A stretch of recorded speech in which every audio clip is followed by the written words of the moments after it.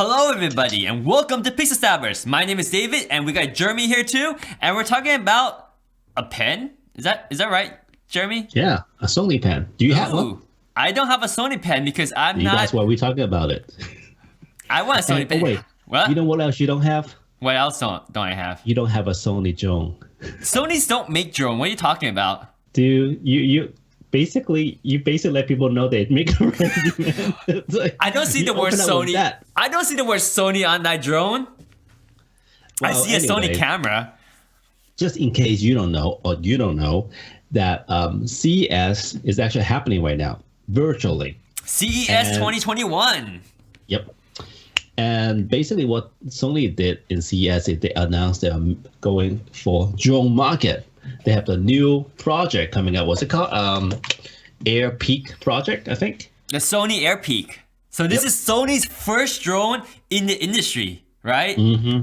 Wow. I mean, it's not a small little tiny gadget. It's like, I think it's industrial use, right? Yes. I mean, they went all out. I think it's a really smart approach for Sony. Although, personally, I would love to have a drone like on a DJI Mavic scale or Mavic 2 scale so that I can compact, carry it around and use it. But I think they're smart. They're kind of going into the industry and proving themselves as the big dog. So they're going to go in and make a professional, super beefy industry drone so that they can be on movies and commercials, and then people will say, oh, you use a Sony drone? Those are the top dogs. They use them on pop level productions. I think that's how they're going to establish their name in the industry as the drone. They're smart for sure. I mean, for the longest time, I think a lot of TV stations, movie, they use the Sony cams already. The actual, not camera, not single camera, like the actual camcorders, big TV station. It's always Sony because I used to work with Sony, so I know. And then with this new drone, you can tell that they're not going for the small ones, but rather they actually, I have a feeling that they kind of sync up all their alpha camera with the drone. So it's kind of an Apple thing, right? You have Apple and with the Apple Watch, and it just works together well.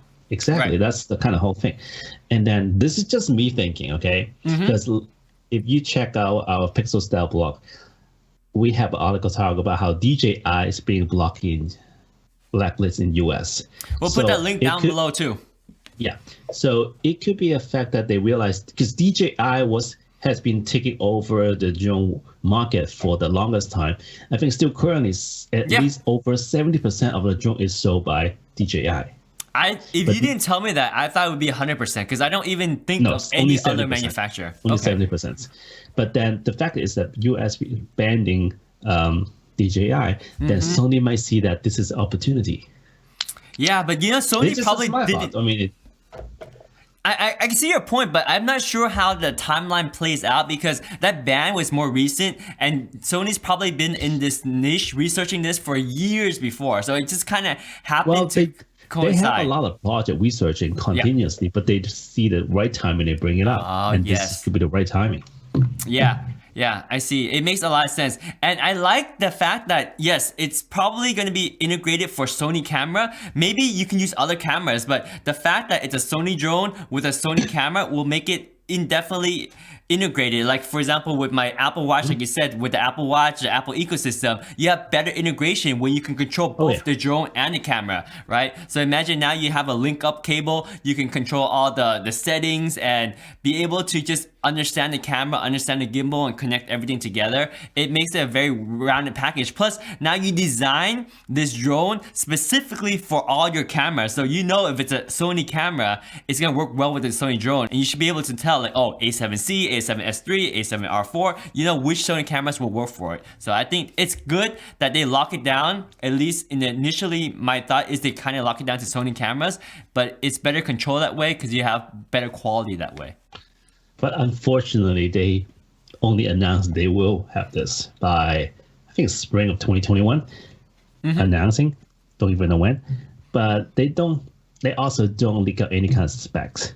So, but they do have this amazing video. That's kind of like a commercial.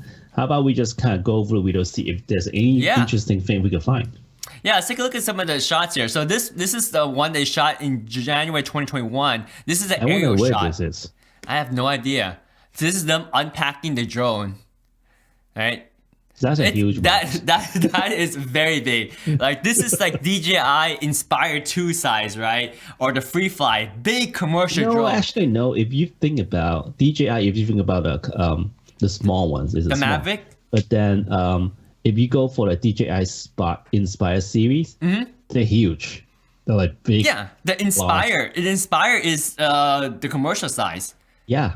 So this is commercial, so you can't compare with the Mavic. It's not Of course not. Yeah. So that's my point exactly. This is definitely commercial size. In fact, it might even be bigger than the Inspire. So I don't know, but this box, beefy for sure. We'll see. Yeah. In this view, I feel like this is like a pet care van. You know, it's like I feel like I'm in a pet cage because of the grid. Ooh, that's a sweet car. I heard that's a concept car. Yeah. You know, they always have the brand. camouflage on the concept car. Do you know why they have the camouflage skin? I don't know. It's supposed to do a really good job of like hiding the contour. So they can do the test on this track and you won't be able to see the design very well. It kind of camouflages the contour. But anyway, this is a top-down shot of the drone box. Pretty You cool, realize right? they actually put in the stand on it. It actually detach it, so that's pretty good. Right, because if they kept it attached, the box would be even larger. Because I think some of those drones can't really detach the stand and the leg, right? So Well, this is good design. Right. All the like the big ones, like the Inspire, I don't think the legs or the arms fold or anything. It's just like huge, right? Like the idea of the folding arms and stuff is only for the consumer drones, like the Mavic 2, which has a really good compact form factor. But this is kind of like a hybrid of both. You can remove the legs and have it in a more portable form. So pretty cool. Looks like the assembly is easy though. Because even though you have to put the legs on, it's just on the side. So that's quick. Cool. Yep, let's check it out. Then put on the legs. Oh, the propellers. Wait, you have to put in was it turbines or what's it the called? propellers. Yeah, the props. Propellers, yeah. You gotta put that on too? Yeah. With just your fingers? Yes, you should be able to. I don't know exactly. I don't know exactly how they put it on. It looks like you just push it in and it clicks in. Yeah. There's no tools required, which is good. Yeah. Yeah, and it's nice to check those things before you fly. And those are going to be beefy because just imagine how much force those 4 propellers have to generate to lift this camera up. We're talking about the A7R4, A7S3. These are big mirrorless cameras. Kind of a look sneak at it. peek. The motor under there looks pretty big too. Yeah. Yeah, so That's a good everything is thing. sized up, right? So 4 of those. Yeah, so those propellers are going to have to work really hard for sure. Oh, yeah. the Hey, hold batteries. on. Go back. Look at the gimbal. Yeah, the gimbal, that's a massive full-blown gimbal. You know, when you think about the DJI Mavic, the little tiny one, you see a little tiny camera that's like a cell phone size with a gimbal that's no bigger than my thumb.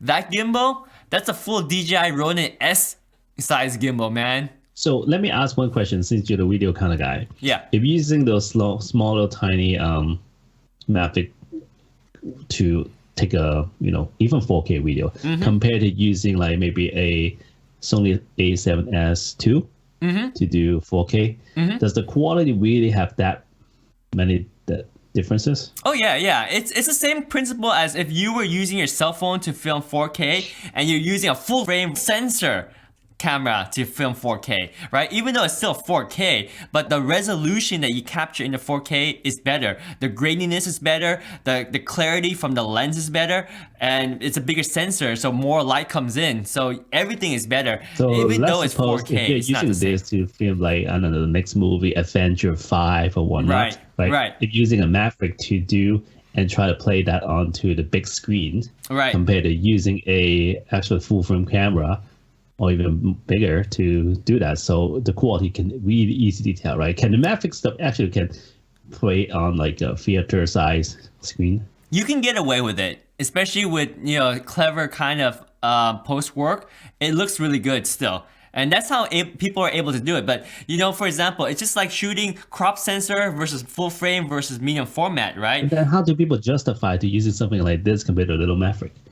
Oh, because it's just much higher quality in terms of, like I said, But you crop just said sensor. that people can get away with it. They can get away with the quality, the graininess, but there's other things that they cannot get away. For example, the shallow depth of field, right? You can't do a okay. full frame effect with shallow depth of field with a Mavic Pro because everything is in focus, right? For example. Oh, okay, I see. And also in lower light conditions, also when the conditions changes drastically, it won't have the kind of smartness in the drone, in the Maverick, to be able to make the smooth gradation, or you can do raw video on this, right? So you have the flexibility in post to really edit the dynamic range. And that's another thing, like dynamic range is huge on this camera and it's poor. It's really terrible on the DJI Mavic Pro, right? Okay, so yeah, it's a whole different market, but you can always shoot video on the cheapest video camera, but there's quality difference, and that's definitely why you go above and beyond to have this huge mirrorless camera with this Zeiss 2.8 aperture lens or prime 1.4 aperture lens with full frame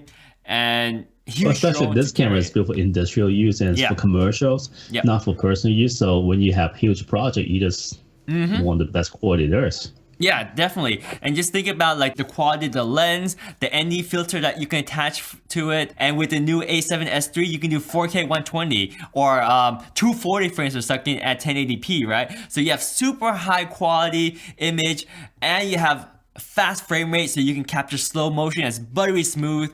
And you simply cannot do that with a consumer level drone. So I'm seeing all this, I'm not a drone guy. I never use one. So I don't know why I'm here, but I'm seeing there's like little tiny screw.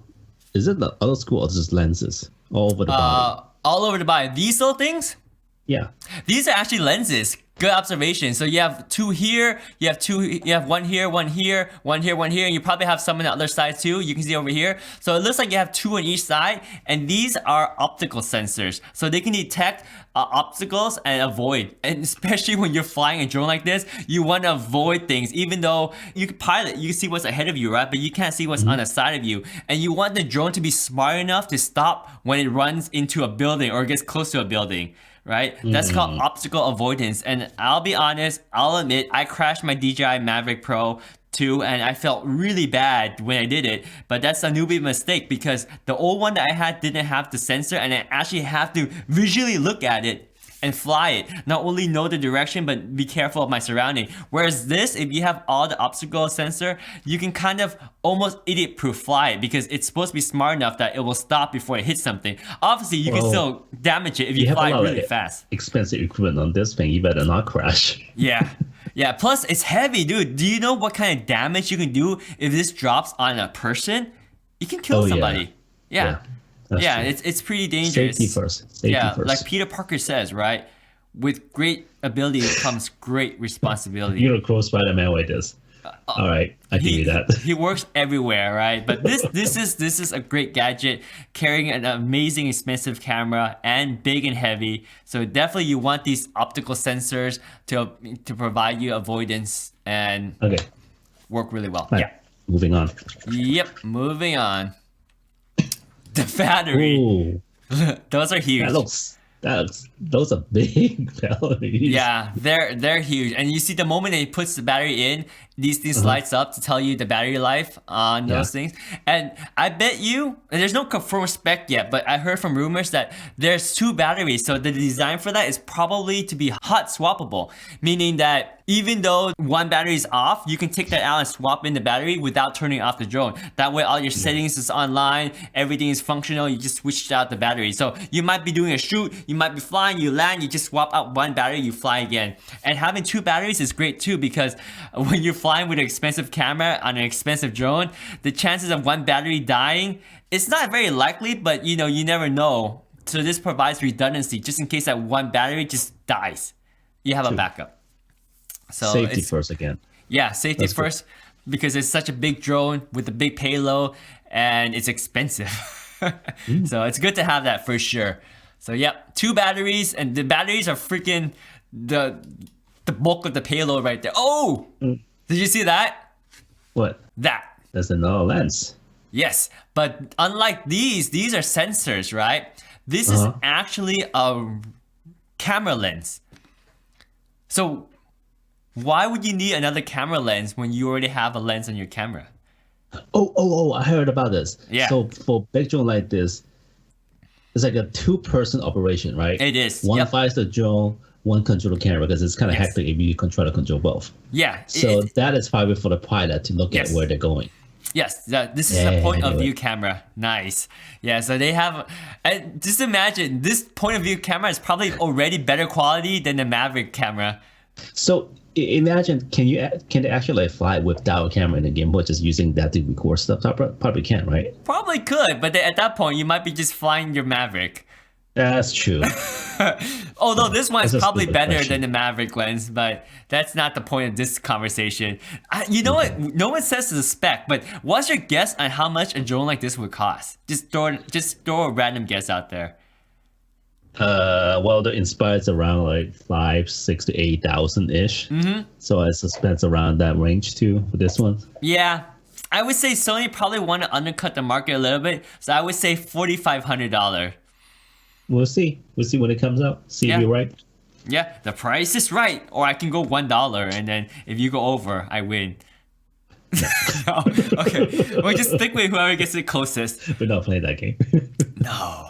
All right. Okay, cool. Let's go on with the video and see what else they get to show off here. Look at that propeller pushing up. That's crazy. Look at all the wind. LEDs. Yeah, they got LEDs on the side. All four corners, they You need have that, lights. right? For like, if it's flying at night. I think you must have it for all the flying planes, whatever, that you need that. Okay. Yeah, I believe it's an FAA regulation that you actually have to have light, emitting light on any vehicle flying, unless you're a UFO. But then you're not classified to fly. I stopped there. He went too far with that. Okay. Anyway, yeah, the gimbal, dude. This is such a beefy gimbal. You notice one thing is interesting is the camera is actually attached on the hot shoe and at the base. Yeah. I guess two location. Probably on the bottom too. It looks pretty secure. Yeah, it's very secure. Oh my gosh. I wonder how fast this thing flies. Let's see if it shows. Yeah. Probably would. Look, there it is lifting up. You see the legs, right? Oh, the legs. Wait. The legs move up. Yeah, the legs move up. Nice. I wonder why you want the legs to move up though. Because so that the gimbal can turn 360. Oh yeah. That makes sense. Oh, perfect, genius. Yeah, and then when it lands, obviously it needs a leg to protect the camera, and also when it lands, it's more compact when the legs are folded in. Ooh, so smooth. Oh, there it goes. There it flies. Oh, that's pretty smooth. Look at it. This is capturing the. Wait, is that the pilot view? Because it's not the footage. It's basically just having a map. No, that's actually the pilot view because that's the camera view. I'm not sure if this is the point of view camera or the actual Sony camera. I think this is the point of view camera, not your mirrorless camera. So this one is the pilot, right? So he's flying it, he's monitoring, so making sure that he flies his path so it doesn't crash. And then you have another person flying another remote and controlling the gimbal only. Right? So, for example, this guy can be flying forward. The other guy can be flying facing backwards or facing the ground and doing all these pans and pivot. So that's how you get the cinematic pan zoom or like dolly zoom or all that effect. Because one person flies and the other person coordinates with that person but controls the camera angle differently. So this guy is probably just piloting the drone itself. But dang, that's a huge screen. That's a huge controller. And it's so big he even has this strap here to put the weight on his neck to make sure that he won't drop the controller. You know what they said, size does matter. In this case, yeah. Hey, you see that on the controller? You see that 4 white dot, the LED? Yep. I think it's the same indication on the battery life. I think so too. That's my guess. That's my guess. You kind of able to tell like how much more battery the drone has. Yeah. Cool. I wonder how long the battery life is. Because we don't know. If you're on a commercial shoot, yeah, I mean, no one knows the spec, but I hope at least you get like 15-20 minutes out of it. Because on a commercial shoot, at least you could buy a whole bunch of battery and keep watching. Oh yeah, you don't have to plug in the drone and charge. Right. Yeah, but the problem is you have to fly. Sometimes you want to fly to your location and it takes like 5 minutes to get out there to get at that location. It depends on how high you want to go and where you're going. But right now, I think for this car shoot they're doing, they're not flying very far, right? They're just following the car. Wow. Wait, if it's following a car, it's kind of fast, right? It has to be flying fast. Yeah, this thing's probably flying really fast. Let's just watch a few more frames and see how fast it's going. But before we do that, check this out. This is kind of ironic, right? Because if this car is following that car and already has a camera filming the drone and the car, technically you don't need the drone because this car can do it already. But then the drone has the flexibility of like flying up, flying side, flying in and out, right? So it has more range than just the car. That car cannot do from like a eagle view comes down. That's true. You're right. You're right. Man, just imagine how difficult things are to get this type of footage back in the day to record movies. Now you have a drone that can fly and do all this stuff. That's why our movies are getting so much better. Look at that. And you can fly in front of the car and lift up, right? That kind of view. Oh, there's the back of the remote. Is it an iPad? No, it's not. Oh, it is. It is an iPad. You recognize the Apple product. Interesting. I always remember my enemies. So you rather use a Samsung S6 tablet? Good luck, my friend. Whatever. Yeah. Anyway, so it looks like it uses lightning connector cable here to connect to the controller. So that's how you're able to get visual on the controller. And it looks like you have the dials on the side, just like the traditional gimbal controller where you can adjust the yaw and the raw to control the camera angle and camera rotation. So similar form factor that drone operators are used to, which is good because Sony being new to the industry, they shouldn't make it so difficult that people have to learn a whole new system. And also DJI probably perfected the drone controller. So these are kind of copied over design elements from the drone controller. I wonder what camera that is. Is that the Sony A7 II or A7R? I can't even see. It's too small. A7 III. It's A7 III? I love it. I love how they can use all the camera gear that they want because they pretty much own all Sony. of it. Yeah. So this the is switching lens. Yeah.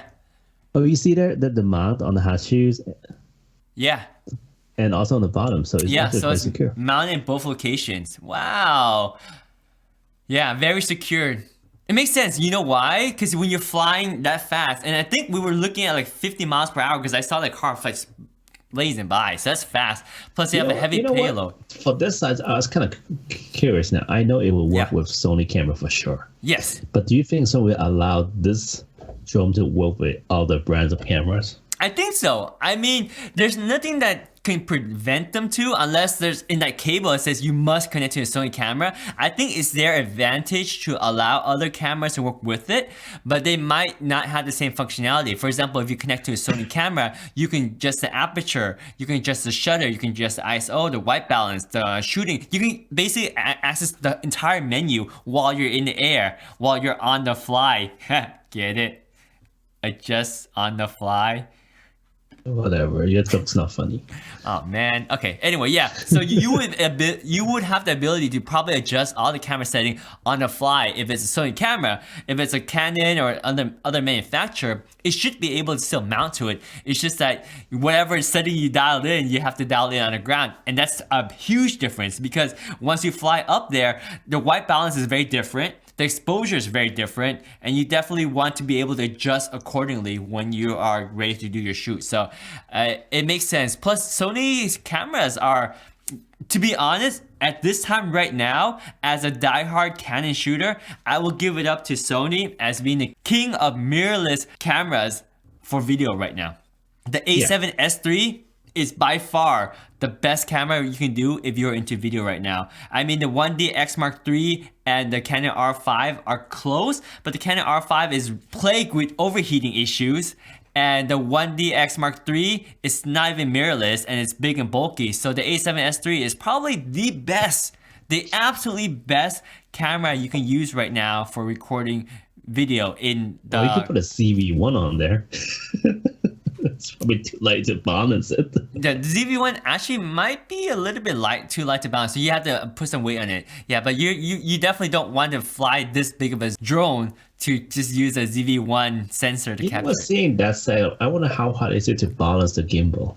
It's not. Gimbals are pretty easy to balance right now. So pretty much you have 3 axes to balance. That's child play at this point. And they probably have like auto tuning axis and everything. So here they're removing the lens. So that's another thing that's obviously you can't do with the DJI Mavic or consumer drone, right? You have different focal length. You can have a super ultra wide or you can have a super telephoto, whereas you're stuck with whatever lens you have on a consumer drone. So hence why. Can you actually really put a 70, 200, 300 on this thing?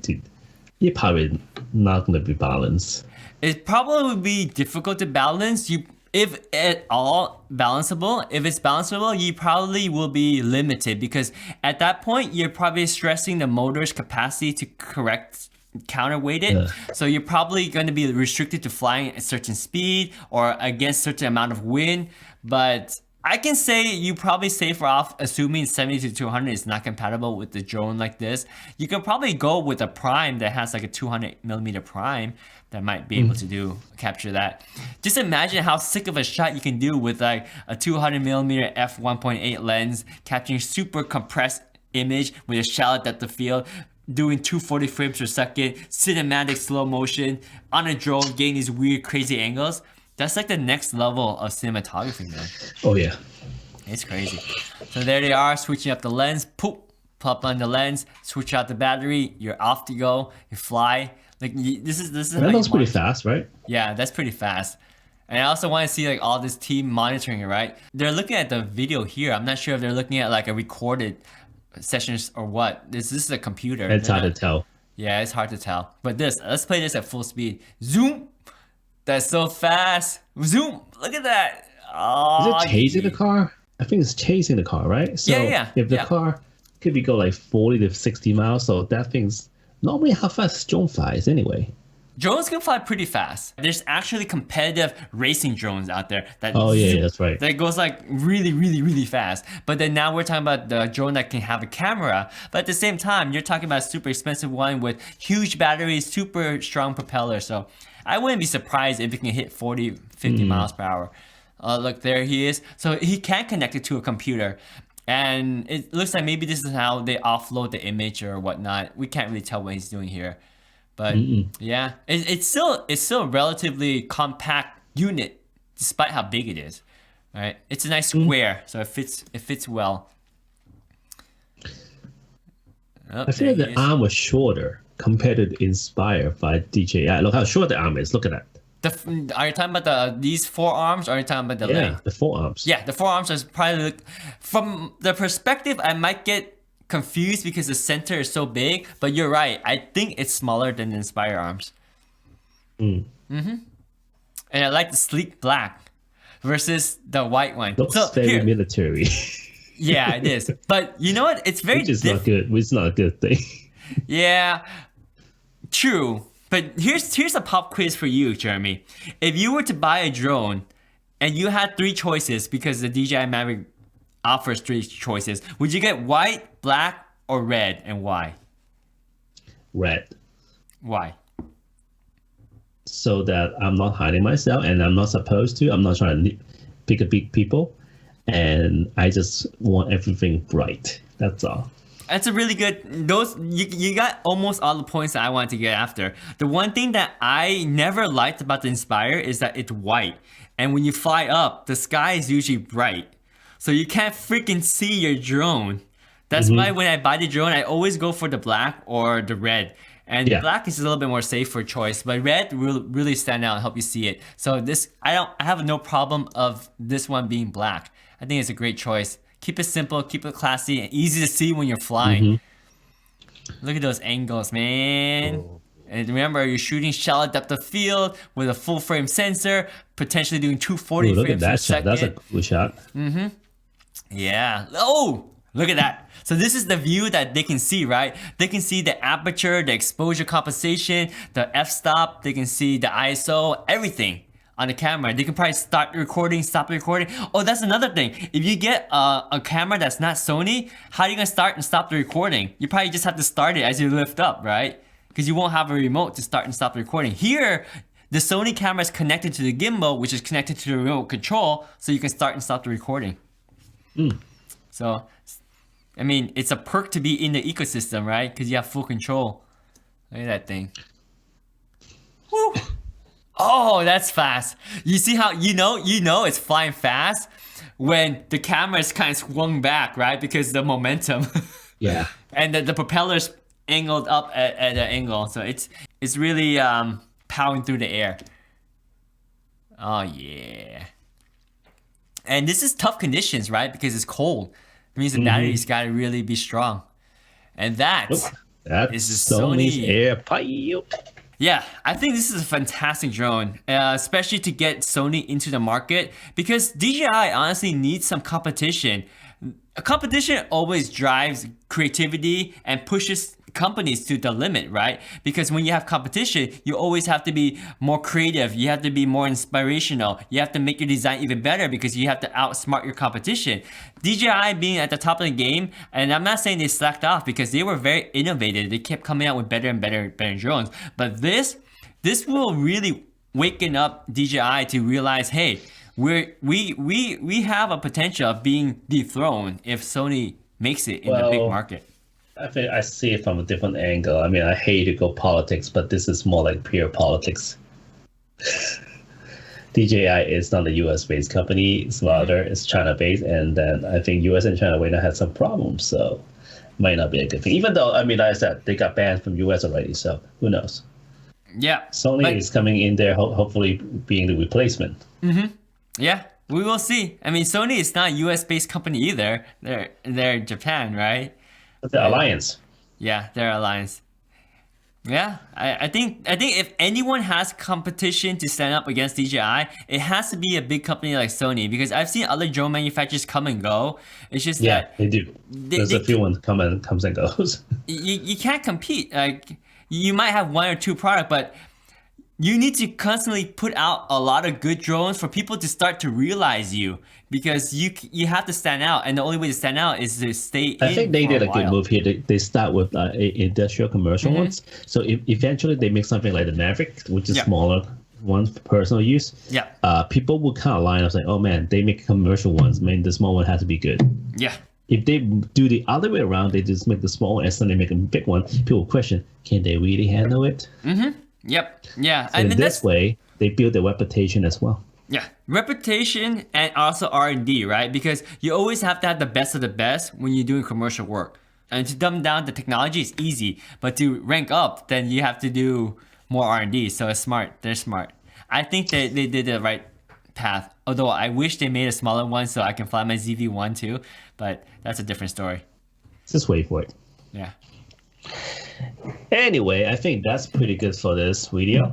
Yeah, I think this is great. Yeah, this is a good talk. I'm excited to see what the next news leak or videos we get for this new Sony AirPeak, but looking forward to it. And let me know what you guys think. Are you guys excited about this drone? Are you guys gonna get one? Who's gonna afford this one? Let me know in the comments below. And what price point will you get it? Will you get it if it's $4,500, $5,000? What if it was only $2,000? Then you guys would probably get it, right? Anyway, let us know in the comments below. Oh, and before we go, don't we have a giveaway going, Jeremy? Do we? Yeah, we got giveaways all the time at pixelstablish.com/freebies. Dude, there's always giveaways. You guys can go there for RGB keyboards, Amazon gift cards, and we got Luminar for editing software and other things, and it keeps on changing. We don't know what we're giving away at any time. Plus, there's actually freebies there. We got textures, we got shot list guides, we got master classes, we got lots of good stuff. Check it out down in the link below at pixelstablish.com/freebies. Alright guys, thank you so much for watching. Stay healthy, stay safe, take care, and we'll see you guys next time. Adios. Bye bye. Signing out. Peace.